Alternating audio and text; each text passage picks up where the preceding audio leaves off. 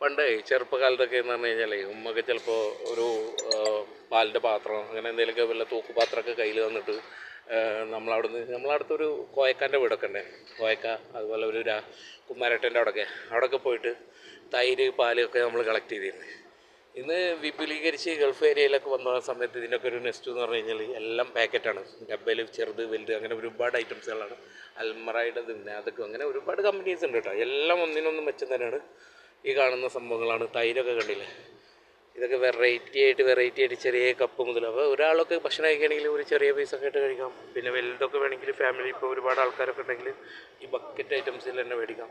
ഇതിൽ തന്നെ low fat ആയിട്ട് ഫുൾ ഫാറ്റ് അങ്ങനെയൊക്കെ ഉണ്ട്. നമുക്കിപ്പോൾ കുട്ടികൾക്കൊക്കെ കൊടുക്കുന്നതിൽ ഫാറ്റ് കുറവ് കാര്യങ്ങൾ എല്ലാ ഐറ്റംസും ഒക്കെ നമുക്ക് ഇതാക്കിയിട്ട് ചെയ്യാം. പിന്നെ ചെറിയ കപ്പ് കാര്യങ്ങളൊക്കെ ഉണ്ട് കണ്ടോ.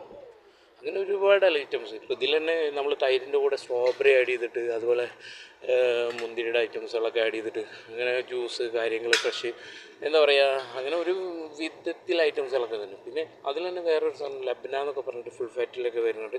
ഇതിന് റേറ്റും കൂടുതലാണ്. പക്ഷേ എന്താണ് അത് കേടില്ല. അതൊക്കെ തൈരിൽ തന്നെ കുറച്ചും കൂടി വെറൈറ്റീസൊക്കെ വെച്ച് വരുന്ന സംഭവങ്ങളാണ്. അങ്ങനെ ഒരുപാട് കളക്ഷൻ ഇത് ഇവിടെ നിന്നല്ല ഒട്ടുമിക്ക സ്ഥലങ്ങളും കിട്ടുന്നതാണ്. അപ്പോൾ ഒക്കെ ഒന്ന് ട്രൈ ചെയ്ത് നോക്കാം.